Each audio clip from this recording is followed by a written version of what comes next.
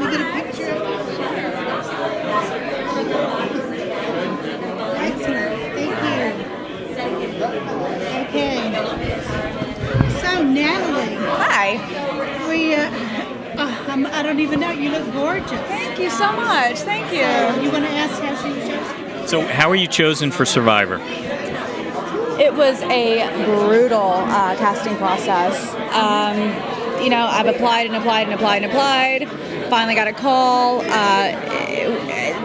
The casting process is so intricate, and you feel like you have to answer every question properly. But the funny thing is you're so heady about answering the proper question that you kind of alter yourself. But they want you in your organic state. So it's a hard thing to go through the casting process. I made it through. So. And how many times had you applied? I had applied several times. This is like fill out the application, send in the tape, the whole deal, right? The whole deal, the whole spiel. I don't know off the top of my head. Several times, like 2 or 3 times. Yeah. So I got lucky. I know there's people that have sent in and sent in and sent in. You guys keep sending in. Keep sending in your tapes. They may want someone like me one season. They may want someone completely different the next season. And I very well could have absolutely not been key for another season. They may have never looked twice at me for other seasons, which they didn't. So keep sending in your tapes. Keep sending them in. So what was your strategy going into the game?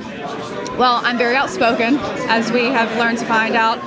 I'm very opinionated, so I knew going in I had to kind of check my ego. And I know with the way the actual show panned out, it looked like I had an ego and very opinionated and sort of bitchy. But the early interviews that we heard on you was you're quiet, you're off, you just keep working. Yeah. They thought you were going to drop, but you just kept going. But you weren't there really, in the strategy part. Well, I knew I had to really play a low key game, because I knew once I came into myself, then I would either be liked or disliked from go.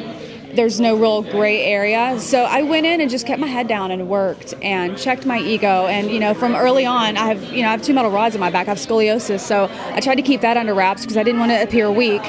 And I was, the thinnest one on my tribe. So immediately on the original I Ride tribe, I was cloned as the weak one. And I heard that floating around camp.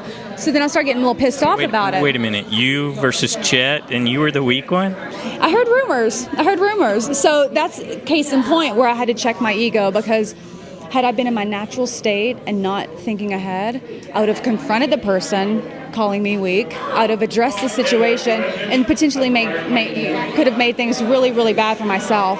But I checked it, didn't address it, left it alone, kept my head down and worked.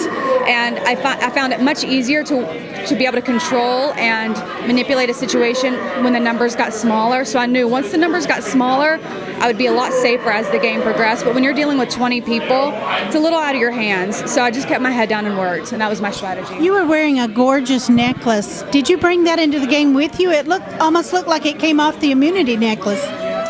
Oh, yes. Actually, that came. It was the top on a bottle of one of the challenges. Which challenge was that? I can't remember.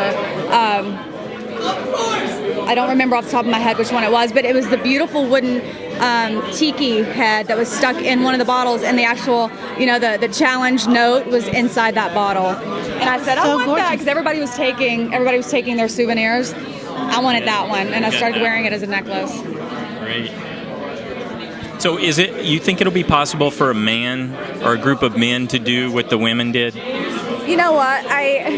It's pretty crazy how I am so against the men, or so the men can't do it, or the men aren't smart. It's not the case. You handle men differently. Women should handle men differently than women handle other women. It's just a gender thing. I would handle her differently than I would handle you. I would know how to dig into her a little bit, and I would know how to dig into you. Can the men do what the women did? Absolutely. If they were smart enough to think about strategically how to do that, could they? Absolutely. Because why? This is the first female Final Four ever in Survivor history, and I'm so thankful for that. And that was my vision going into this. Great. So, can it be done? It can be done, because it's possible. Anything's possible. Thank you, Natalie. You did a great job. Thank you. Thank you so much. Nice to meet you. Thank you. Excellent. We could have gone on and on, though. Yeah, Okay. she's good.